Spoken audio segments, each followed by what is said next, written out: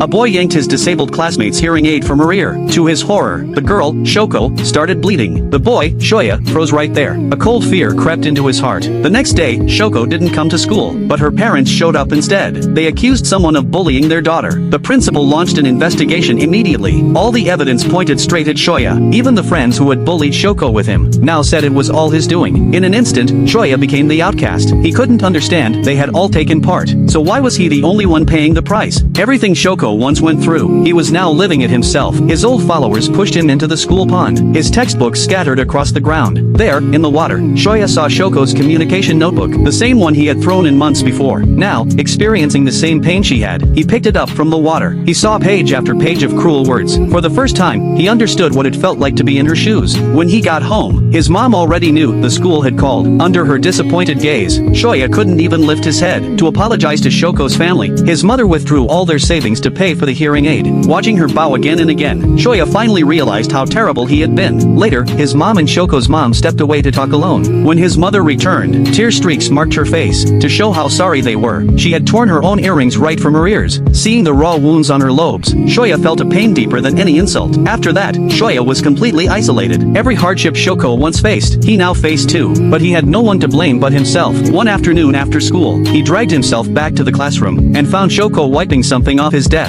Seeing her quiet, forgiving smile, Shoya felt a sudden rage. He hated that she acted kind. He couldn't stand her pity. His behavior grew worse that day, but Shoya didn't know that was the last time he would ever see her. The next day, Shoko transferred to another school. After she left, no one quietly cleaned the insults off Shoya's desk anymore, and for the first time, he saw the ugly words scratched into it. The days of being bullied felt dark and endless. As Shoya grew up and left school, he'd walk through crowds convinced people were talking about him. He couldn't fit in anywhere. He struggled to even hold a conversation. It felt like everyone saw him as a monster. The mistakes of his past had become scars on his soul. He started to believe that maybe only death could free him. The boy who once bullied others now wanted to make things right, even if it meant ending his life. He marked a date on his calendar. He quit his part-time job early. He sold his favorite manga collection. He gathered 1.7 million yen, all his savings, and left it by his mother's pillow as she slept. With everything done, Shoya went to the bridge alone. Staring into the river below, he pictured jumping and felt a strange sense of peace. But just as he was about to let go, fireworks exploded in the sky, and he remembered one thing he still had to do: find Shoko, look her in the eye, and say, "I'm sorry." When he finally found her, he tapped her shoulder, heart racing. He asked if she remembered him. Faced with the one who hurt her so many times, Shoko turned and hurried away. Shoya ran after her. To show he meant no harm, he held up the notebook he once threw away. He had even learned sign language in secret, guilt driving him every step. Through hands now shaped by remorse, he signed, "Can we be friends? If you were Shoko, could you ever trust him again?"